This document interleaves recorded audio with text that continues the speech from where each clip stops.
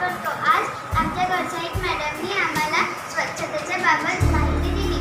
जसे आपल्याला आपले शरीर स्वच्छ ठेवायला पाहिजे, आपला क्लास वर्ग स्वच्छ ठेवायला पाहिजे आणि दर हप्त्यात संडेला एक वेळेस स्वच्छ शरीर केलं पाहिजे आणि नखं वगैरे असं ते सर्व कापायला हवं आणि रोज जेवणाच्या टाईमला हँडवॉश करायला असं आमच्या घरच्या एक मॅडमनी आम्हाला मार्गदर्शन करून दिलं. तू कशी कशी स्वच्छता करतेस?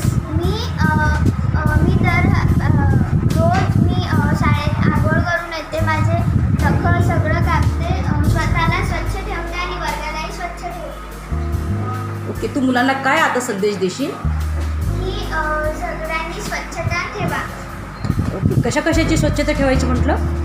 आपल्या शरीराची, दुसऱ्यांना सांगायचं, आपला क्लास स्वच्छ ठेवायचा, आपलं घर स्वच्छ ठेवायचं, आपला परिसर स्वच्छ ठेवायचा. ओके, मग काय होणार गं? जर असं केलं तर आपण आपला परिसर, आपला वर्ग, आपले घर सगळं स्वच्छ राहणार आणि आपल्याला आजार सुद्धा नाही होणार. अच्छा, म्हणून आपण काय केली पाहिजे? वैयक्तिक स्वच्छता ठेवली पाहिजे. छान, व्हेरी गुड. आज 10 सप्टेंबर 2024 वैयक्तिक स्वच्छता दिन. ह्या दिवशी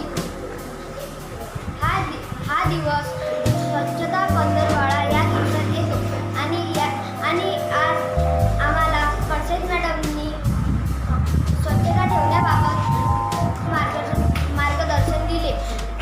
त्यांनी सांगितलं की प्रत्येक आठवड्याला आपण नखं कापले पाहिजे, आंघोळ दररोज करायची आहे आणि संध्याकाळच्या वेळेस शाळेतून संध्याकाळच्या वेळेस घरी गेल्यावर आपण स्वच्छ हातपाय धुतले पाहिजे आणि आपण स्वतःला स्वच्छ ठेवले पाहिजे, वर्गाला स्वच्छ ठेवले पाहिजे, घराला स्वच्छ ठेवले पाहिजे, परिसराला स्वच्छ ठेवले पाहिजे असे सुद्धा सांगितले.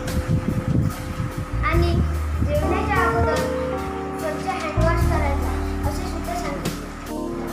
नमस्कार, माझं नाव स्वरा निलेश राऊत.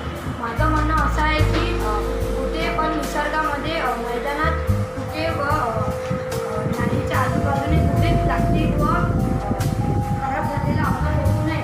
प्लास्टिक तुम्हाला आरोग्य असेल, स्वच्छता असेल तिथे आरोग्य होते ते याबद्दल माहिती सांगणार आहे. तर याचा अर्थ असा की जेथे आपण कचरा करणार तिथंच कचरा. नमस्कार, माझे नाव स्वच्छ म्हणजे तिथे आरोग्य असते. की आपल्या स्वतःची घराची स्वच्छता नव्हे तर आजूबाजूच्या